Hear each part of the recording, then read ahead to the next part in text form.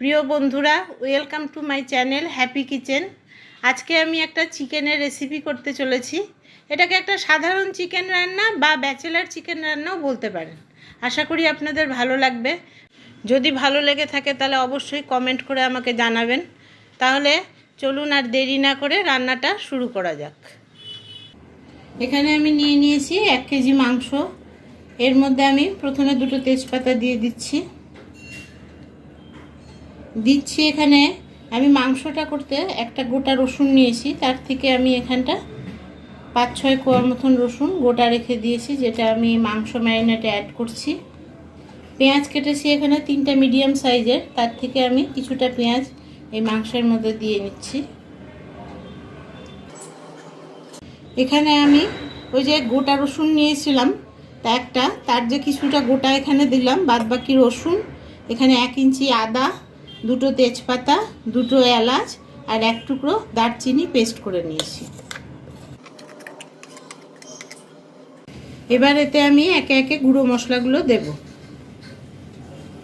এখানে দিচ্ছি আমি 1.5 চামচ মতন জিরের গুঁড়ো, ছোট চামচে দিচ্ছি। এবার ধনে গুঁড়ো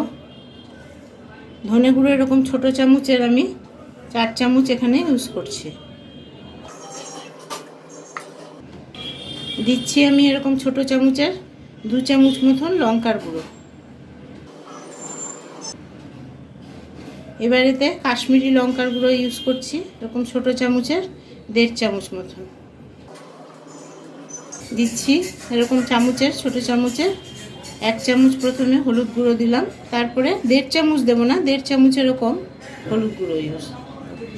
1 চামচ মতন এখানে বিরিয়ানি মশলা আমি অ্যাড করছি, এটা অপশনাল, আপনাদের থাকলে দেবেন, না হলে নাও দিতে পারেন, কিন্তু দিলে পরে কিন্তু খুব সুন্দর একটা গন্ধ বা টেস্ট হয়। এবার আমি এরকম টেবিল চামচের 2 চামচ মতন সরষের তেল দিচ্ছি, কাঁচা সরষের তেল দিচ্ছি। আমি 1/2 চামচেরও কম একটু চিনি। এবার মাংসটাকে আমি ভালো করে মেখে নেব। আমার এখানে মাংসটা ম্যারিনেট করা হয়ে গেছে, আপনারা হয়তো লক্ষ্য করেছেন এতে আমি নুন মেশাইনি, নুনটাকে আমি পরে ইউজ করব। আর এবার এটাকে ম্যারিনেট করা মাংসটাকে আমি আধা ঘন্টার জন্য ঢাকা দিয়ে রেখে দেব। গ্যাসের উপরে আমি একটা প্যান বসিয়ে নিয়েছি, এতে দিয়ে দিচ্ছি আমি তেল। এখানে আমি মিডিয়াম সাইজের আলুগুলোকে 2 টুকরো করে নিয়েছি এবং হলুদ আর লবণ দিয়ে মাখিয়ে রেখেছিলাম। এবার এটা ভেজে নেব। আলুগুলো ছেড়ে দিলাম। আলুগুলোকে আমি একটু হালকা লাল করে ভেজে নেব, বেশি কড়া করব না, কিন্তু একটু লাল ভাব আসবে। আলুগুলো সব আমার ভাজা হয়ে গেছে, এবার আমি একটা পাত্রে এগুলো তুলে রাখছি। এবার ওই আলু ভাজার তেলেই আমি আর একটু সরষের তেল অ্যাড করছি। আমি কিন্তু আলু ভাজাটা অল্প সাদা তেল দিয়ে ভেজেছিলাম, তো এই তেলের মধ্যে আমি সরষের তেল অ্যাড করছি।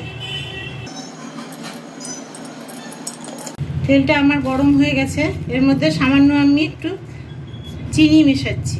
চিনিটা দিচ্ছি আমি রং হওয়ার জন্য। চিনিটা একটু ভাজা হবে।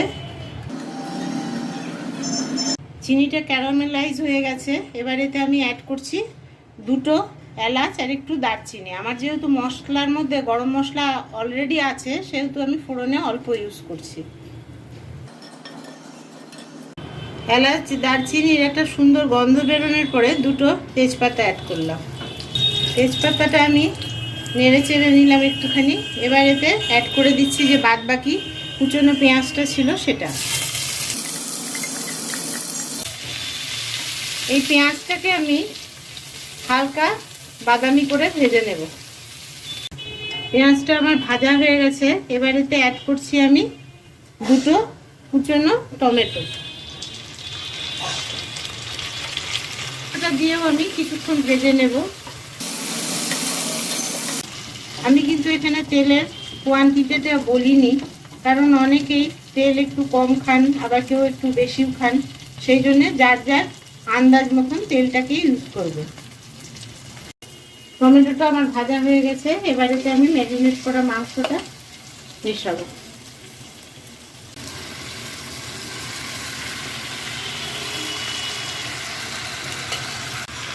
এবার মাংসটা দেওয়ার পরে আমি ভালো করে পেঁয়াজ এবং টমেটো ভাজার সাথে মিশিয়ে নেব। এখনই কিন্তু আমি মাংসটা ঢাকা দিচ্ছি না, আমি আগে মাংসের সাথে ম্যারিনেট করা এই মশলা বা মাংসটাকে একটু ভালো করে ভেজে নেব। গ্যাসের ফ্লেমটাকে কিন্তু আমি হাইতেই রেখেছি। যেহেতু হাই ফ্লেমে আমি এটা করছি, সেহেতু মাঝে মধ্যে কিন্তু মাংসটাকে একটু নেড়ে দিতে হবে। মাংসটা আমি কিন্তু মাঝে মধ্যে নেড়ে দিয়ে ঢাকা ছাড়া কষিয়ে নিয়েছি ভালো করে। কষানো হয়েছে কিভাবে বোঝা যাবে, এই যে দেখুন পাশে তেল ছেড়ে দিয়েছে। এখানে এবার আমি অ্যাড করছি নুন। নুন আমি এখানটা এরকম ল্যাপা চামচের 2 চামচ মতন নুন দিচ্ছি। নুনটা দিয়ে আমি ভালো করে নেড়ে নেব। এবার এতে অ্যাড করে দিচ্ছি আমি যে আলুটা ভেজে রেখেছিলাম সেটা। আলুটা দিয়েও আমি একবার নেড়ে মিশিয়ে নেব। এবার এখানে আমি হাফ মগ মতো ফুটানো জল ইউজ করছি। ঝোলটা আপনাদের আন্দাজ মতন দেবেন। যদি পাতলা ঝোল খান তাহলে একটু বেশি জল দিতে হবে, আর যদি কষা কষা খেতে চান তাহলে একটু কম জল দিলেও হবে। মাংসটা সেদ্ধ হতে আমার যতটুকু জল লাগবে আমি ততটুকুই দিলাম।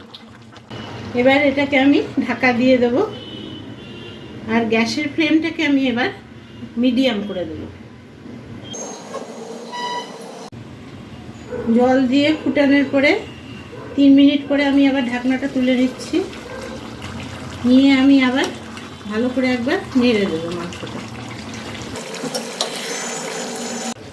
মাংসটা আমার হয়ে গেছে। এবার গ্যাসের ফ্লেমটা অফ করার আগে এতে আমি দিয়ে দিচ্ছি 1 চামচ মতন ঘি।